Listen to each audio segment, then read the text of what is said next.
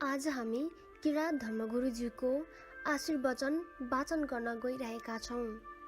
कृपया सम्पूर्णले यो video share गरिदिनुहोला।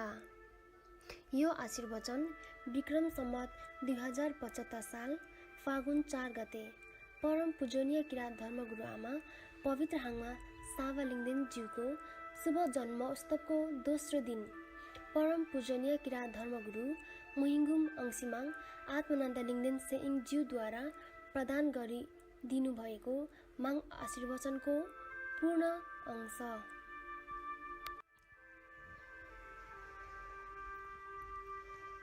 ओ तागेर निङाभु मामाङे सेवारो मेनिमाङ मेन्धामाङ सेखामाङ आनुमाङ निसे सेखामाङे हुक्सोदिङ सेवारो।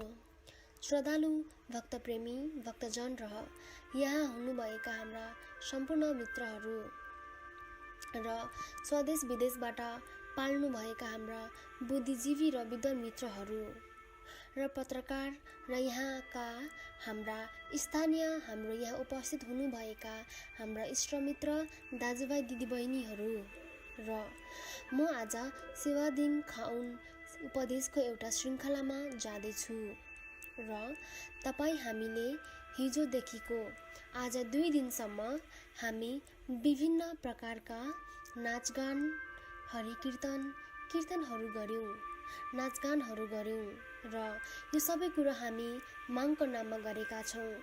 माङको नाममा हामी नाचेका छौं, माङको नाममा हामीले गीत गाएका छौं।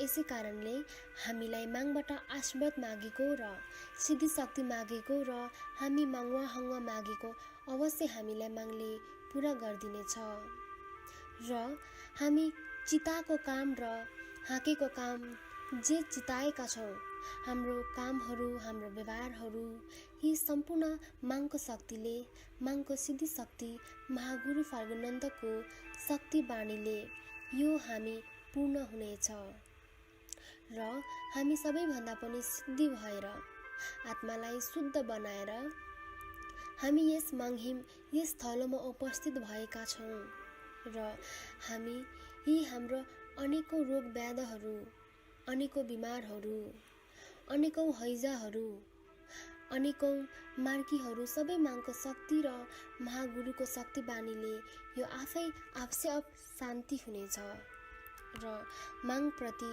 जो चित्त दिएका छौं, मन दिएका छौं, हामीले मन चित्त तन मन ध्यान दिएर हामी लाग्या छौं।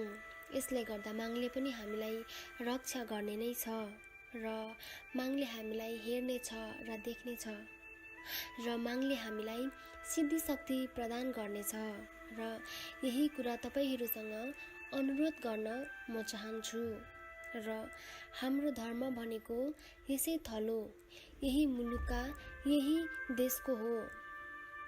यही हावापानी, यही पहाड तराई हिमाल हुँदै जन्मेर आका उत्पत्ति भएर आको हाम्रो धर्म हो र यो किरात धर्म भनेको विश्व शान्ति र मानव एकता, मानवहरूलाई सम्झाएर एकताको बाटोमा ल्याउने र हामीमा क्रोध घमण्ड अहंकारलाई अन्त्य गर्दै हामी सही बाटो सत्यको बाटोमा हिँडाउने र हिँड्नुपर्छ र यसमा आइरहेका छौं र अहिलेसम्म हामीले गरेर आएका कामहरू अब समयदेखि अगाडिदेखि गर्दै आएका छौं र किरात धर्म भन्नाले सृष्टिसँगै आएको हो, सत्ययुगमै आएको हो र सत्य खाने, सत्य आहार, सत्य विचार, सत्य माङ युमासाम सत्य किरात धर्म भनेर युग युगान्तरदेखि नै जन्म भएर आएको हुनाले अहिले यसमा हामी लागिराखेका छौं र किरात धर्मको नियममा चाहिँ आचार संहिताहरू, आचार विवेकहरू महागुरु फाल्गुनन्दले पनि हामीलाई दिएकै छ र मेरो पालामा पनि यसलाई थप गरेको छु र यसलाई तपाईहरुले श्रवण गर्नु, यसलाई तपाईहरुले यो कामलाई अगाडि बढ्नु तपाईहरूको कर्तव्य भएको छ र हामी सबैभन्दा म तपाईहरूले के अनुरोध गर्न चाहन्छु भने हामी सबैभन्दा मारकाट, जाँड रक्सी, मदिरा पानलाई हामीले अन्त्य गर्नुपर्छ र यसले हामीलाई विभिन्न खालका रोगहरू, विभिन्न खालका कष्टहरू र विभिन्न बिमारीहरू र हाम्रो शरीरमा हाई प्रेसर, लो प्रेसरदेखि लगेर चिनी बिमारदेखि लगेर हाम्रो मुटुको बिमारहरू यसले उत्पत्ति गर्दछ। यसले गर्दाखेरि यसलाई अलिकति हामीले आत्माबाट नै बुझेर चिनेर हामीले अन्त्य गर्दै लानुपर्छ। यसो भन्दाखेरि कोही मान्छेहरू रिसिन्छ होला, तर त्यसलाई नि रोग लागिसकेको छ। त्यसले गर्दाखेरि यसबाट हामीले वञ्चित रह्यौं। हामी धूम्रपान, सुर्तीजन्य चीजहरू र खैनी चुरोट, चरेस पदार्थहरूसँग हामी अलग रहनुपर्छ। त्यसो गर्दा हाम्रो शरीर जहिले मुक्त हुन्छ र हाम्रो शरीर रोगबाट मुक्त हुन्छ। हामी सुर्ती खायौं, चुरोट खायौं, बिडी खायौं, हामी गाँजा धतुरो खायौं भने हामी बौलिन्छौं, हामी रोग लाग्छौं र हामी क्यान्सर, अनेक खालको रोगहरू हाम्रो शरीरमा उत्पादन हुन्छ। यसले हामीलाई समाप्त गर्छ। यसै कारणले ठुल्ठुलो योगी, ऋषिमुनिहरू, ज्ञानी मुनिहरूले यो कुराहरूबाट वञ्चित रहनु, यो कुराबाट चाहिँ अन्त्य रहनु अनि यो कुराहरूलाई हामीले पर पन्छ्याउनु र समाज सुधार हुनु भनेर ठुल्ठुलो पुरुषहरूले यो उपदेश दिइराखेका छन्। त्यसले गर्दाखेरि हामी यो अनुसार हामी खानपानमा विवेक पुर्याउनु, विवेक पुर्याएन भने हामी अन्तर्मृत्यु हुन्छ। हाम्रो शरीर कसैले जानु नसक्ने ठाउँमा नि मर्न सकिन्छ। त्यसले गर्दाखेरि त्यसबाट जोगिनलाई हामी सधैँ यसप्रति हामीले ध्यान दिनुपर्छ र म आज यहाँको उपदेश निर्देशनलाई सुन्नुको लागि स्वदेश विदेश सबै थलोबाट यहाँ हेरिरहनु भएको छ र कुनै सञ्चार माध्यमबाट, कुनै सूचना विभागबाट तपाईहरूले सुनिरहनु भएको छ र त्यसले गर्दाखेरि संसारका मानिसलाई मैले के सम्बोधन गर्छु भने मानिस एक दिन हामी यस लोकमा हामी जन्माउँछौँ, एक दिन हामी मर्छौँ। त्यो संसारको क्रम हो, तर हामी यस लोकमा जन्म लिएका छौँ र हाम्रो आत्मा शुद्धि भयो भने हाम्रो आयु बढ्छ र हाम्रो चिताको काम पुग्छ र आयु सधैँ बढिरहन्छ।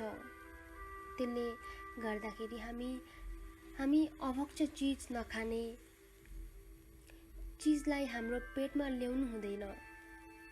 हामीले शुद्धता हुनु पर्यो। तपाईँ हाम्रो शरीरलाई फुल जस्तो चम्काउनु पर्यो, फुल जस्तो रमाउनु पर्यो। त्यसकारणले यही कुरा तपाईहरूलाई हार्दिक अनुरोध साथै तपाईहरूलाई निवेदन गर्न म चाहन्छु र किरात धर्म हाम्रो संसारमा फैलिरहेको छ। अहिले यो ठुल्ठुला विद्वानहरूले पनि यो किरात धर्मलाई अहिले अनुसरण गर्न सुरु गरेको छ र यो विश्वमा गएर भोलि यो किरात धर्म नै रहन्छ र किरात धर्मले विश्व संसारका दुःख सुखलाई त्यसलाई शान्ति गर्छ। त्यसले गर्दाखेरि हामीले किरात धर्म छोड्नुहुन्न र किरात धर्म हामी पहिल्याउनु पर्छ, पछ्याउनु पर्छ। किरात धर्मले बनाएको नियम आचार संहितालाई हामीले पालन गर्नुपर्छ। म यही कुरा तपाईहरूलाई हार्दिक अनुरोध गर्न म चाहन्छु र हामी धेरै कुराहरूमा हामी पछाडि छौँ। अब धेरै कुराहरूमा हामी अगाडि बढ्नुपर्छ र त्यसको साथै हामी तपाईले जुवा तास खेल्नु पनि छोड्नुपर्छ। जुवा तास खेल्नु हुँदैन। जुवा तासमा चाहिँ दुःख बिमारका अनेक रोगहरू सर्छन्। त्यसले गर्दाखेरि त्यसबाट पनि हामी वञ्चित रहनुपर्छ। हामीले खानेकुराहरू, पानीहरू शुद्धता चोखो पानी पिउनुपर्छ, शुद्ध पानी पिउनुपर्छ। हामी घरद्वारहरू सफा गर्नुपर्छ। हामी द्वारहरूमा हामीले सेसे सँगसँग हाम्रो भाषामा त्यसलाई पवित्रता राख्नुपर्छ। फुलबारी अनेक बनाएर रङ्गी चङ्गी बनाएर घरहरूलाई पनि सुधार गरेर स्वच्छ बनाएर हामी बस्नुपर्छ। यही कुरा तपाईहरूसँग हार्दिक अनुरोध गर्न म चाहन्छु। र महागुरु फर्गनन्दले पहिले पनि उहाँले यो कुरालाई हामीलाई दिइबक्सेको हो। तर महागुरुको शब्द बानीलाई चिन्नु नसक्नाले हामी दुःखमा फसेका छौँ। यो दुःखदेखि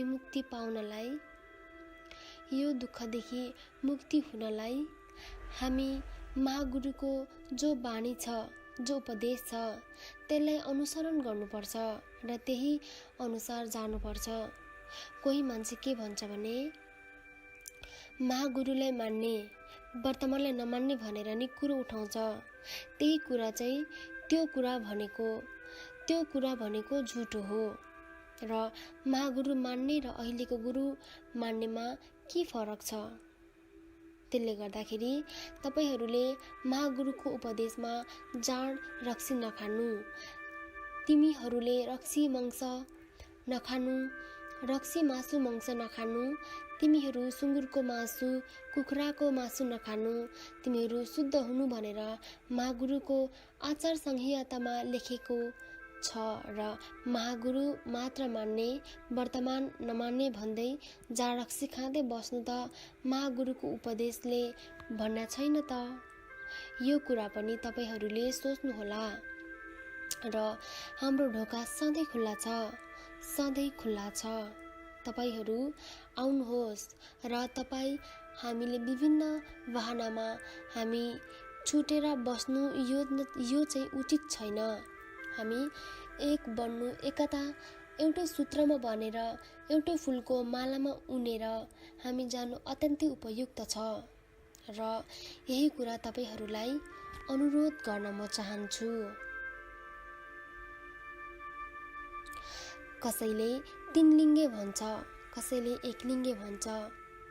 त्यो एकलिङ्गे र तीनलिङ्गे कुनै अर्थ छैन। हामी तीनलिङ्गे हो। तीनलिङ्गेमा तीनवटा तत्त्व छ। एउटा आगोको तत्त्व छ, एउटा चाहिँ तागेर निङ्गभुमाङ युमा सामाङ थेबा सामाङको तत्त्व छ। त्यसमा देखेको पनि छ। त्यसले गर्दाखेरि हामीले तीनवटा ध्वजा लिङ्गो गाड्छौँ यो माङको नाममा भो। यो हाम्रो शिर हो, चोतलुङ हो र तपाईहरूले यसरी भेला हुनुभएको छ। यहाँ पनि हाम्रो शिरमा, हाम्रो चोतलुङमा हामी भेला भइराखेका छौँ। आनी माङ चोतलुङ, हाङ चोतलुङ, तुतुगेन तुमे हाङ चोतलुङ, याक्लागेन सुहाङमा चोतलुङ, हाल्लासो पिचममा चोतलुङ, खाम्बोलुङ माङहिङमा चोतलुङ, सिसागेन मेन्चिङ चोतलुङ, नालीगेन थाङबेन चोतलुङ। हामी यसमा भेला भएका छौँ। हामीले हाम्रो चोतलुङ अनुसार हामीले नाचगानहरू, गीतहरू विभिन्न भाषीमा हामीले गाएका छौँ। यो माङको नाममा गाएका छौँ। उहिले माङहरूको टाइममा, माङहरूको समयमा पनि नाचगानहरू थियो, भजनहरू थियो। अनेक नाचगान, कीर्तनहरू गाउनुपर्ने, भजन गाउनुपर्ने, माङको नाममा नाच्नुपर्ने उहिले पनि प्रथाहरू भइ आएको हो। र हाम्रो मुन्धुमले पनि त्यसै भन्या छ। हाम्रो मुन्धुम ससीले पनि पहिले भनेको हो र हामी नाचिराखेका छौँ, हाँसिराखेका छौँ, हामी रमाइराखेका छौँ।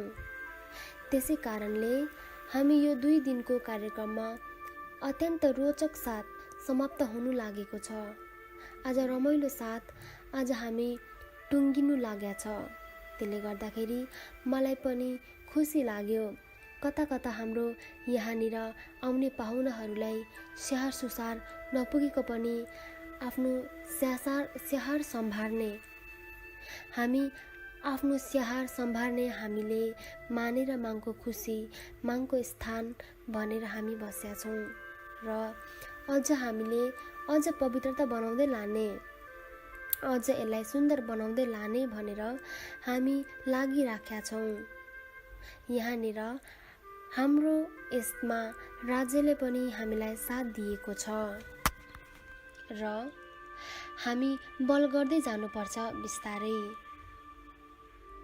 हामीले सम्झाउँदै लानुपर्छ, यो कुरालाई अगाडि बढाउनुपर्छ र हामी सही कुरा र शान्तिको कुरा, सत्यको कुरालाई बढाउँदै सत्य सत्य भन्दै सत्य हुन्छ, असत्य भनेको असत्य हुन्छ, सत्यको विजय हुन्छ। त्यसै कारणले हामीलाई सत्य माग्ने भन्छ, हामीलाई खरानी घस्ने भन्छ, हामी खापु सुते पनि भन्छ। खापु त हामी शरीरमै खापु छ। ठिकै हो जस्तो लाग्दछ मेरो लागि चाहिँ, मलाई चाहिँ त्यस्तो लाग्छ। हामी बनाउँदा खापु जस्तै निस्कन्छ हाम्रो शरीरमा, हाम्रो खापुले नै उत्पत्ति भएको हो र खापु सुते भन्नुमा केही अन्तर छैन। त्यसले गर्दाखेरि तपाईँ हामीले यही कुरा बुझेर शान्ति ढङ्गले हामी एक भएर जाउँ। अब हामी अहिले 50 लाखदेखि उकालो लागिसक्दैछौँ हाम्रो समाज।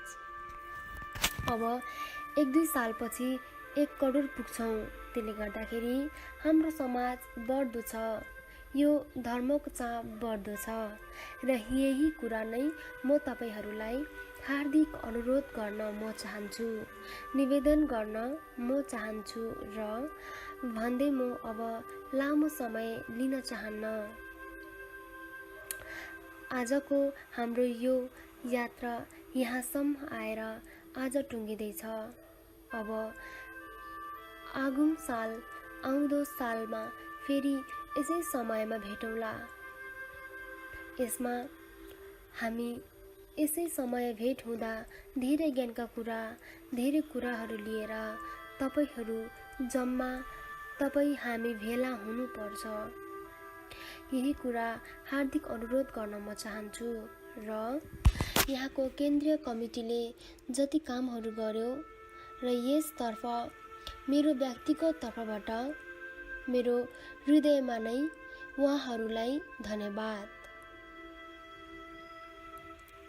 र यसमा भेला हुनु भएका भक्तजनहरू, मन्त्रीदेखि लगेर तल गाउँ सदस्यसम्म भेला भएकाहरू सम्पूर्णलाई मेरो व्यक्तिगत तर्फबाट, मेरो हृदयदेखि नै तपाईहरूलाई नै धन्यवाद र राज्यबाट खटी आएका सुरक्षाहरूलाई पनि मेरो तर्फबाट धन्यवाद र हामी पत्रकारहरू, मिडियाहरूबाट आउनुभएकाहरूलाई पनि मेरो तर्फबाट धन्यवाद भन्दै मेरो शब्दहरू यही नै टुङ्ग्याउन चाहन्छु। मागले सधैँ तागेर निगभो मागले हामीलाई रक्षा गरोस्, हामीलाई हाम्रो शरीर उच्च राखोस्, हाम्रो शिर उच्च राखोस् र हाम्रो शिर उच्च उठोस्।